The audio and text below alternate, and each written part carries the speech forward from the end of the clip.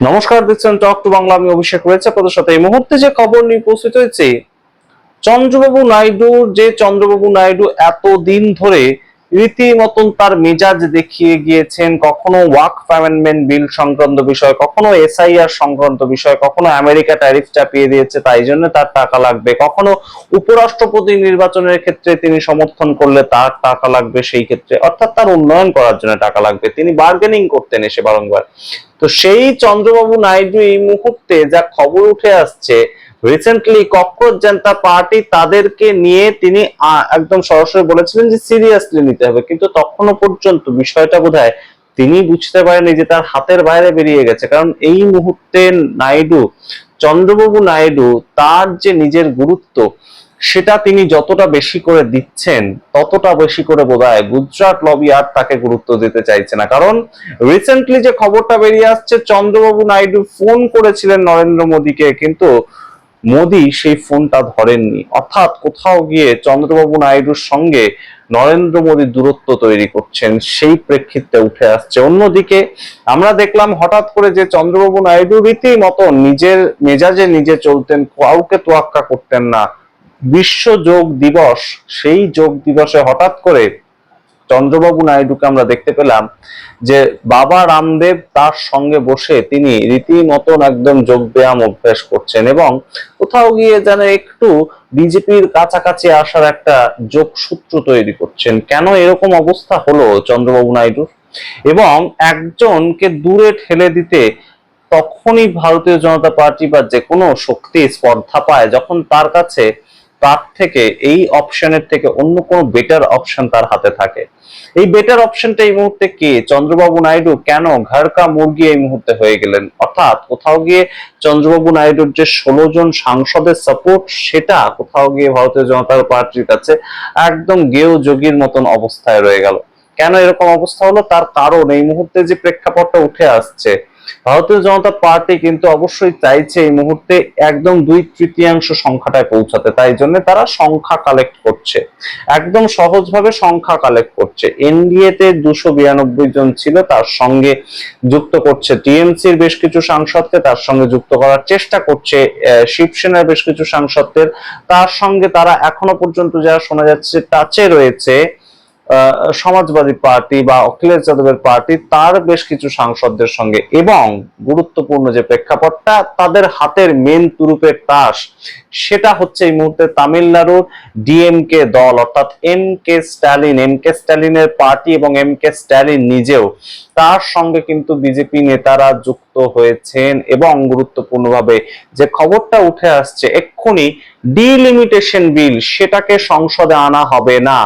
অর্থাৎ এই যে সংসদ পদ বাড়িয়ে দেওয়া, 80 জনের সাংসদ পদ সেটাকে 120 জন করে দেওয়া, পশ্চিমবঙ্গের ক্ষেত্রে 42টা সাংসদ পদ সেটাকে 63 করে দেওয়া, এই যে বিষয়টা, এই ডিলিমিটেশনটা এখনই হবে না। তাহলে কি হবে এখন? যার জন্য এই চন্দ্রবাবু নাইডুকে সাইড করে এম কে স্ট্যালিনের সঙ্গে একটা যোগাযোগের উষ্ণতা বাড়ানো, সেটা হচ্ছে ওয়ান নেশন ওয়ান ইলেকশন, এই প্রেক্ষাপটটা। এটা নিয়ে আজকের এই বিস্তারিত ভিডিও আমরা বলবো কি হতে চলেছে। চন্দ্রবাবু নাইডুকে সরিয়ে রেখে হঠাৎ করে কেন এম কে স্ট্যালিনকে আনা, এবং এম কে স্ট্যালিনেরও বেশ খানিকটা বরফ গলছে একদম সরকারের সঙ্গে। যে মোদী সরকারের বিভিন্ন বিল তিনি রীতিমতন পুড়িয়ে দিতেন, যে মোদী সরকারের আমরা দেখতে পেয়েছি রাষ্ট্রপতির সঙ্গে হিন্দি লাগু করা নিয়ে এম কে স্ট্যালিনের বিরোধ তৈরি হয়েছিল, সেই মোদী সরকারকে সাপোর্ট করতে পারেন তার 22 জন এমপি দিয়েই এম কে স্ট্যালিন। কেন? তার কারণ নিশ্চয়ই কিছু রয়েছে নেপথ্যে, বলবো, আপনাদের সামনে ব্যাখ্যা করব। তার আগে অবশ্যই টক টু বাংলা ইউটিউব চ্যানেলকে সাবস্ক্রাইব করুন, এই ভিডিও দেখুন শেষ অবধি স্কিপ না করে। এখানে একদম সরাসরি ইন্ডিয়ান এক্সপ্রেসের খবরে চলে যেতে হয়। In Tamil Nadu flux, BJP spots an opening, flexible DMK weaker opposition. অর্থাৎ একদম সরাসরি ফ্লেক্সিবল, এই মুহূর্তে ডিএমকে যে উইকার অপোজিশন সেটার বলে দেওয়ার অপেক্ষা রাখে না। অবশ্যই ডিএমকে এই মুহূর্তে অপোজিশন তো রয়েছে, কিন্তু উইকার, প্রচন্ড দুর্বল তারা। এবং টিভিকে এমন ভাবে সরকারটা তৈরি করেছে, ডিএমকে সঙ্গে আর কেউ নেই। যারা যারা শরিক হিসেবে ছিল তারা সবাই টিভিকে সঙ্গে চলে গিয়েছে। তার মধ্যে কংগ্রেস হতে পারে, সিপিআই হতে পারে, সিপিআইএম হতে পারে, এমনকি তাদের যে আঞ্চলিক আরো কিছু দল ছিল তারাও চলে গিয়েছে। তো ডিএমকে এই মুহূর্তে সম্পূর্ণ একা, এবং এআইএডিএমকে তার সঙ্গে যে জোট করবে সেটাও তাদের পক্ষে সম্ভব নয়। তার কারণ টিভিকে যখন ফ্লোর টেস্ট করলো তখন তাতে আমরা দেখতে পেলাম এআইএডিএমকে প্রায় 30 জন এমএলএ সেই টিভিকে কে সমর্থন করে দিল। তাই নতুন সরকারের বিরোধিতা করতে ডিএমকে এই মুহূর্তে উইকার অপোজিশন, সেটা বটেই। তো এই ক্ষেত্রে একদম সরাসরি ওয়ান নেশন ওয়ান ইলেকশন সেই বিলটাকে যদি আনা হয় তাহলে ডিএমকে কেন সাপোর্ট করবে?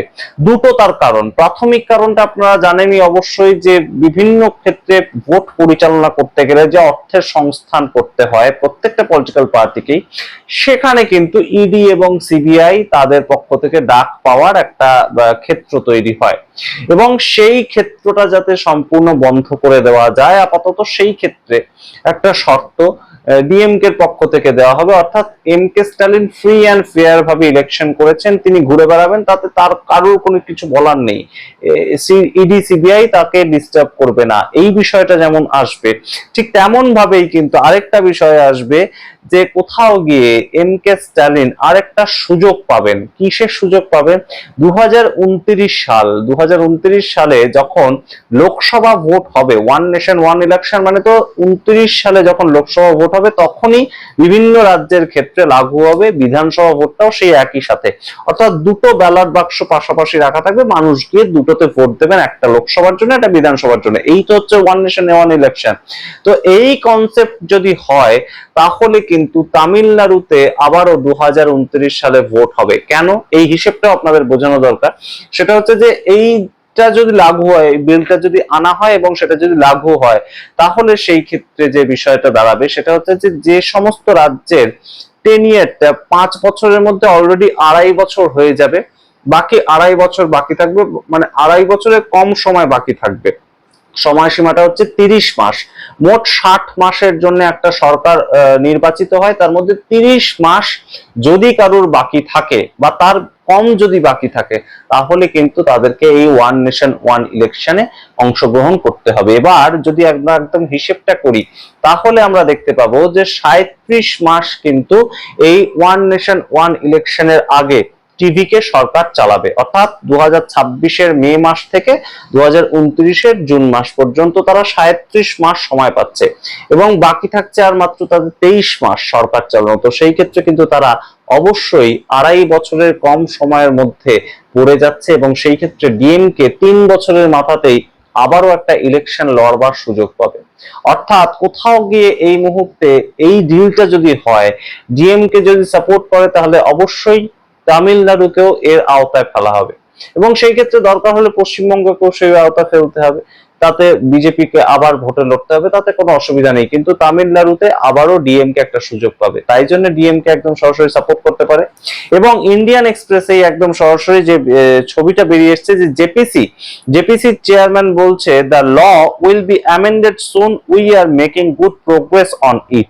অর্থাৎ এই যে ওয়ান নেশন ওয়ান ইলেকশন, সেই ক্ষেত্রে সরাসরি জেপিসি বলতে জয়েন্ট পার্লামেন্টারি কমিটির চেয়ারম্যান বলছেন যে এটা কিন্তু খুব শিগগিরই অ্যামেন্ডমেন্ট করা হবে এবং ওয়ান নেশন ওয়ান ইলেকশন এটাই কিন্তু লাগু করা হবে।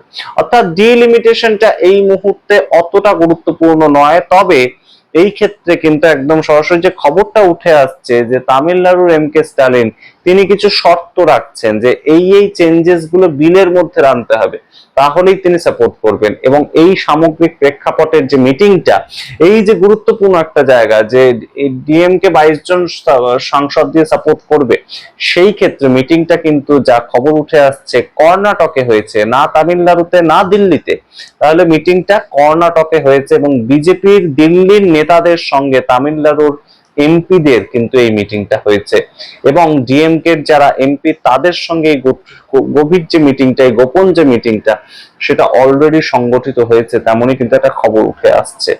তাই আপনারা এই মুহূর্তে বেশ খানিকটা বুঝতেই পারছেন যে অপারেশন লোটাস বা অপারেশন টাইগার এইগুলো কোথাও গিয়ে একদম একটা প্রেক্ষাপট তৈরি হচ্ছে।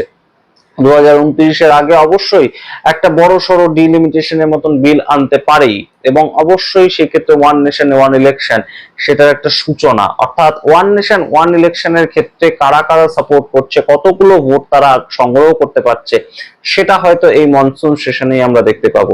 কিন্তু তার পরবর্তীতে আস্তে আস্তে যত সময় যাবে, 2027 সালের ভোট, 2027 সালে উত্তরপ্রদেশে কি হচ্ছে, বিভিন্ন রাজ্যে কি হচ্ছে, সেগুলো দেখার মাধ্যমে তারা হয়তো পরবর্তীতে এই 362 সংখ্যাটাও টাচ করে ফেলতে পারে।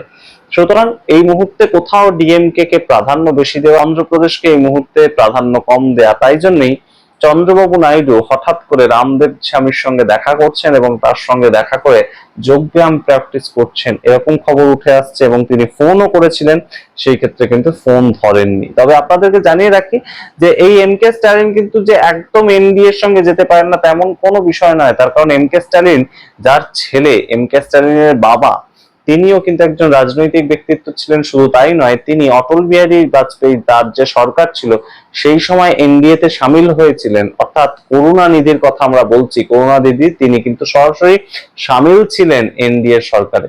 সুতরাং রাজনীতিতে সম্ভাবনাময়, শিল্পতে সমস্ত কিছুই হতে পারে, আমরা সেগুলো নিয়ে শুধু চর্চা করতে পারি। এই মাত্র যে কেউ যে কারোর সঙ্গে মিলিয়ে যে কোনো সময় সরকার তৈরি করে ফেলতে পারে, যে কোনো আইন পাশ করিয়ে ফেলতে পারে।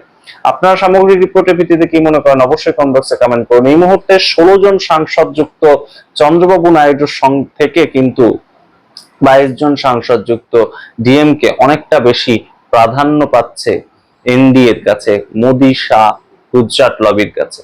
আপনারা সামগ্রিক রিপোর্টের ভিত্তিতে আপনাদের মতামত অবশ্যই কমেন্ট বক্সে কমেন্ট করবেন। দেখতে থাকুন টক টু বাংলা। অবশ্যই টক টু বাংলার ইউটিউব চ্যানেলকে সাবস্ক্রাইব করুন, ছড়িয়ে দিন আমাদের প্রত্যেকটি ভিডিও। ভালো লাগলে লাইক কমেন্ট শেয়ার করুন এবং জয়েন বাটন ক্লিক করে আমাদেরকে সাহায্য করতে ভুলবেন না। ধন্যবাদ।